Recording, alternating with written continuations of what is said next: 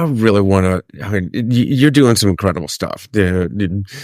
Since the time we met and before then, you went from single family or small multifamily short-term rentals into these, you did apartment building syndication, right? Long-term rental, Yep. apartment, and then into these boutique hotels, motels, and incredibly impressive deal.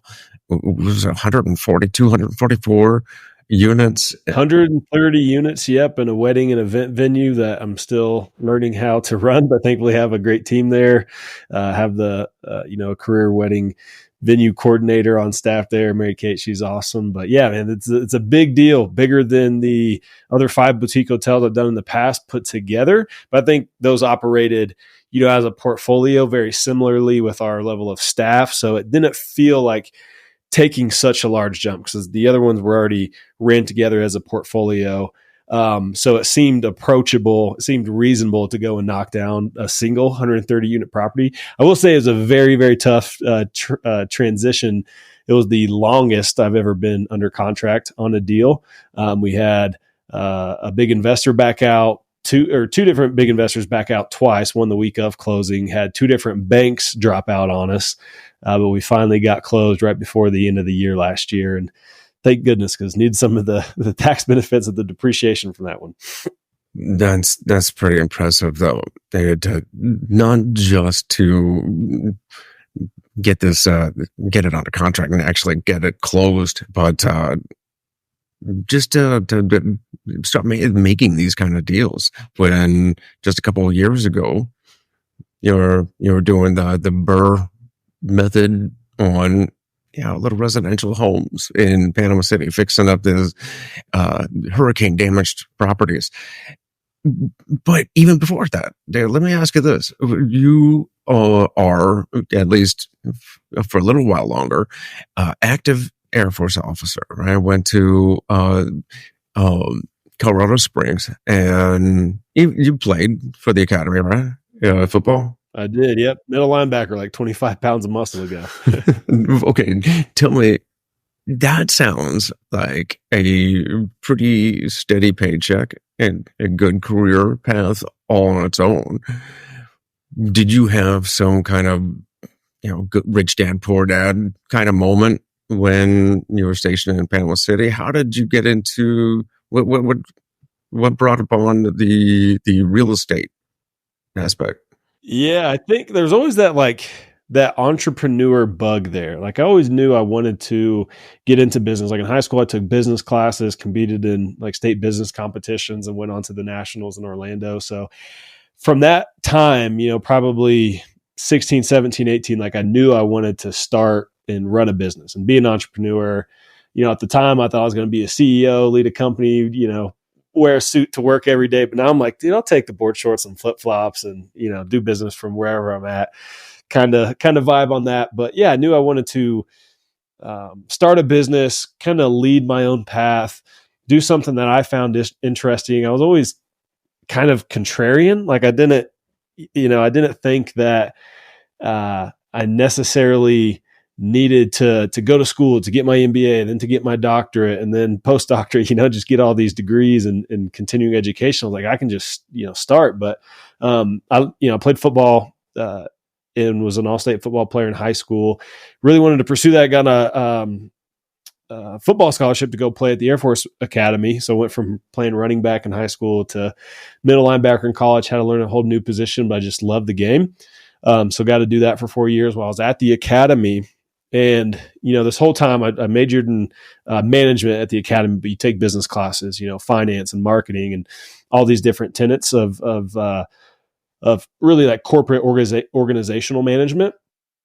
And somewhere along, I think it was probably my junior year, in the off season, I would go to Barnes and Noble on random weekends and, just find books that I like to. I've always been a pretty big reader.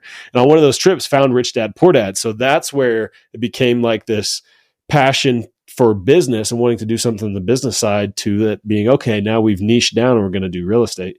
So fast forward to after the end of my senior year of football, when I was done playing football, I still had the same amount of classes, but had 6 hours every single day back that I wasn't, in the film room, in the gym, out on the field, taking care of my body after practice.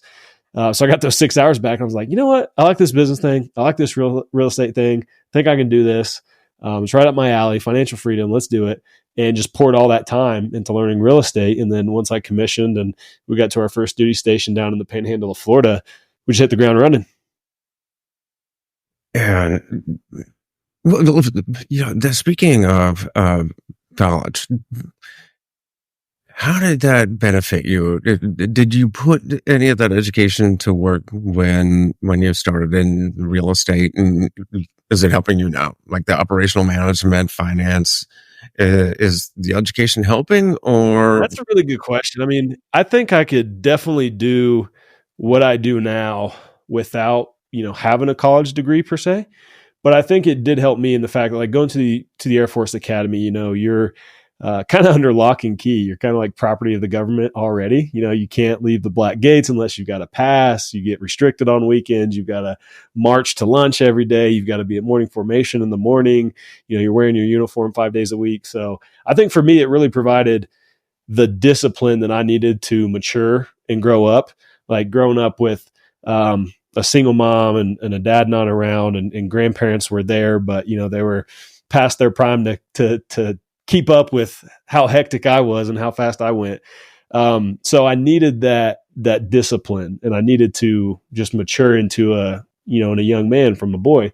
And I think from that perspective, it really helped. And I think from the education piece perspective, specifically, I think when you go to an institution like a military academy, like when you're training to become an Air Force officer, I'm sure a lot of your listeners are military, prior military, and could understand this. Like when you train to be an officer, you really, especially like undergrad for the most part, like you're not training to be an expert in anything. You're training to be competent in a lot of different areas. So we had to take 2 physics classes, 2 chemistries, 4 different engineering classes, aeronautical engineering, astronautical engineering on top of that. All this different, a wide array of, we call it like the base education. And then you have your majors classes on after that. So I didn't have like my first majors class, and I had my first single class was like junior year.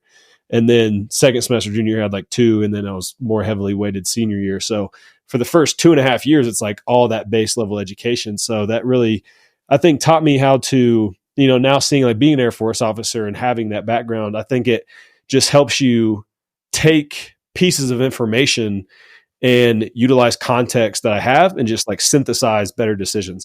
So like that's one of the lessons I got from one of my mentors during my academy days, is that officers in any service branch aren't trained to be experts. They're trained to gather information and synthesize the best decision out of the information that they have available. So that just kind of stuck with me. I'm like, oh, I mean, that's kind of what I do as an entrepreneur, right? I never have all the information. I never have perfect information, but I'm using what I have to gather, to create a educated decision on what I think the best action is. So that's kind of like the risk versus reward that has served me well in entrepreneurship.